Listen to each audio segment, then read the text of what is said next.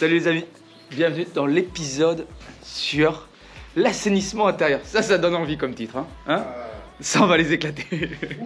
Allez, les besoins. On peut pas dire bip. Bip. Bon ouais, regardez comment il est chaud. Et hier t'as fait quoi? T'as fait là? Saint-Valentin entre copains. Voilà, ça c'est un vrai ça. Ça c'est pas un traître. Il y avait madame quand même. Moi j'étais un traître. J'ai fait qu'avec madame. Donc on va essayer que dans chaque cellule il y a un point d'eau. Et je vais peut-être même sur une cellule essayer de faire, enfin c'est même sûr, sur une cellule, on va faire un petit coin douche aussi. Parce que comme ça, si j'ai des gens qui viennent de loin ou je sais pas, qui veulent louer les bureaux et qui viennent de loin, bah, au moins il y aura un petit point douche. Donc il y aura dans chaque cellule au moins un point d'eau et dans une cellule une douche avec un WC. Et puis autrement, j'aurai un espace commun où il y aura aussi un WC accessible pour toutes les cellules. Donc voilà, on se met au boulot, c'est parti.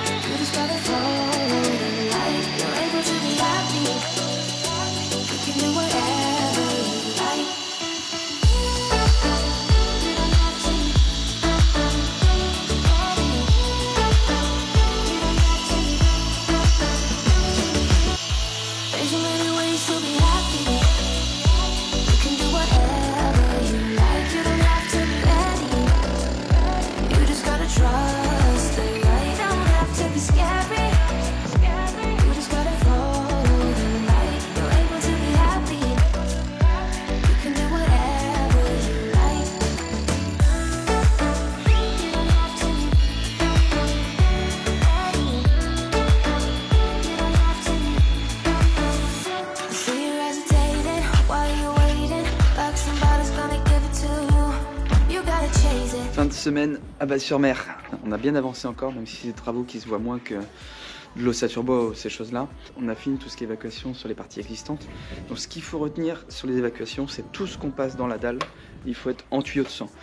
Pour deux raisons, parce que un, c'est plus solide, et puis au cas où un jour on veut modifier ou rajouter un toilette, bah, là on peut plus facilement intégrer ça que si on a passé du 40, il faut tout recasser pour repasser un tuyau de sang.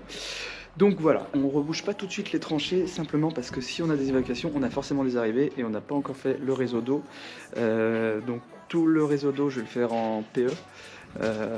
Donc ça, mais comme on n'a pas encore bouché les fenêtres et tout ça, il est encore un petit peu trop tôt, on a encore du travail ailleurs. On va se servir également aussi des tranchées pour faire pour passer le réseau électrique, ou en tout cas une partie. Des fois ça pourra peut-être nous servir, donc on va pas boucher tout de suite. Et je pense qu'on le fera en même temps qu'on fera, vous savez, on a tous les seuils pour poser les futures menuiseries. Donc ça, je pense qu'on va tout coffrer d'un coup. On aura tout le béton. Donc déjà pour les tranchées qu'on a faites, les anciennes cloisons du bâtiment existant et puis également les seuils. Dans les travaux à venir, maintenant on va se mettre sur la toiture normalement. Alors à moins qu'il y ait un décalage sur la livraison, mais là on va recevoir les panneaux de toiture. Donc on va pouvoir remplacer toutes les toitures, mettre des panneaux sur la toiture existante. Donc là on est en panneau de 40 et je les ai commandés, comme je vous disais, démoussés. Donc là on va avoir une grosse semaine de travail là-dessus. Et les anciennes tôles, l'idée, parce qu'on a un gros délai sur les fenêtres, les anciennes tôles, je vais les utiliser pour fermer toutes les futures fenêtres. Comme ça va permettre de sécuriser le chantier. Ça va nous permettre de mettre tout le réseau électrique aussi, parce que là si on passe le réseau, le cuivre, ça peut intéresser du monde des fois le cuivre. Donc laisser un chantier ouvert avec tous les câbles, c'est pas forcément l'idée du siècle.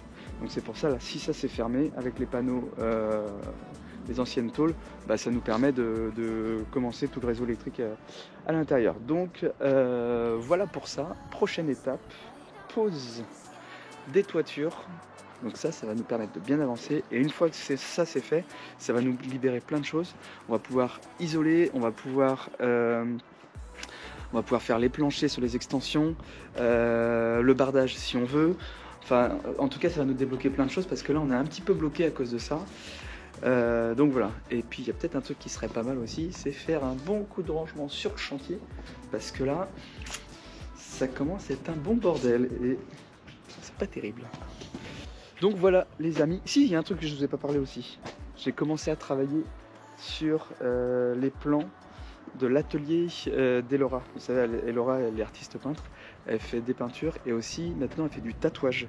Et du coup, dans cette cellule-là, elle va faire une partie atelier de peinture et une partie son salon de tatouage. Et il ne faut pas que les deux communiquent en termes d'hygiène. Et l'idée, du coup, j'ai fait une séparation avec une verrière. Donc je vais vous intégrer, donc j'ai commencé à faire tous les plans pour optimiser l'espace parce que c'est vraiment un espace qui n'est pas fou.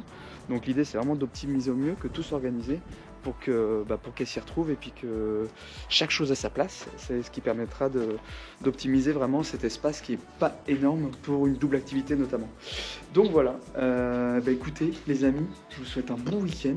Je vous dis à la semaine prochaine, sûrement à poser de la toiture. Allez, ciao tout le monde.